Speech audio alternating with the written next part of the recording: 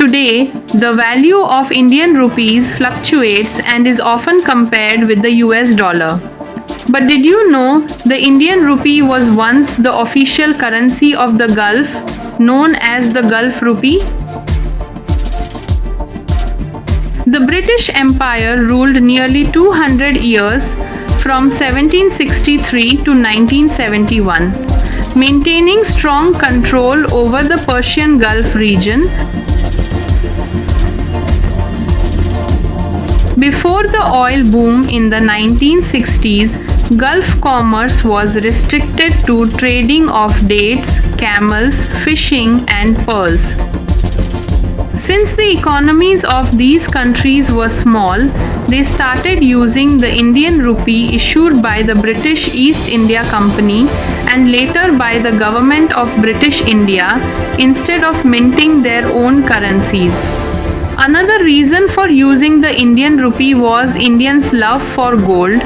In the mid-20th century, large amounts of gold were smuggled into India from the gold mines of South Africa, and by 1957-58, this had reached an alarming level. This forced the Indian government to impose heavy duties on gold imports. In 1959, India introduced a special currency called the Gulf rupee with the help of Finance Minister Morarji Desai and the Reserve Bank of India under Governor H.V.R. Iyengar in consultation with the Gulf states. It replaced the Indian rupee in the Gulf region to prevent the loss of India's foreign exchange reserves. These notes were not valid in India and were meant only for use in the Persian Gulf and was also called as external rupee. The design of Gulf rupees was similar to the Indian rupee in circulation in India, except for change in color. These notes were payable in Bombay only, and they carried a special serial number prefix of Z over a number. Despite the introduction of the Gulf rupee, many Indian rupees were still carried by Hajj pilgrims to Saudi Arabia each year.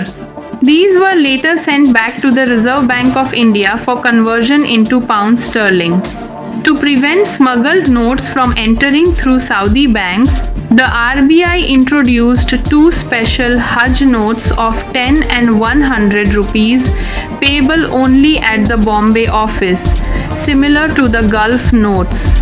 These notes were not legal tender in India but could be converted at Bombay into Indian rupees or pounds sterling under agreements with Saudi banks. The Hajj notes were different from the regular notes in India. They had red and blue colors instead of violet and purple. They also carried the word Hajj on both sides and had serial numbers beginning with HA. With the discovery of massive oil reserves and India's rupee devaluation, money began rolling into these countries. In 1966, Gulf countries stopped using Indian currency and introduced their own currencies, Saudi Riyal, Bahraini Dinar, and later in 1970 Oman with Omani Riyal.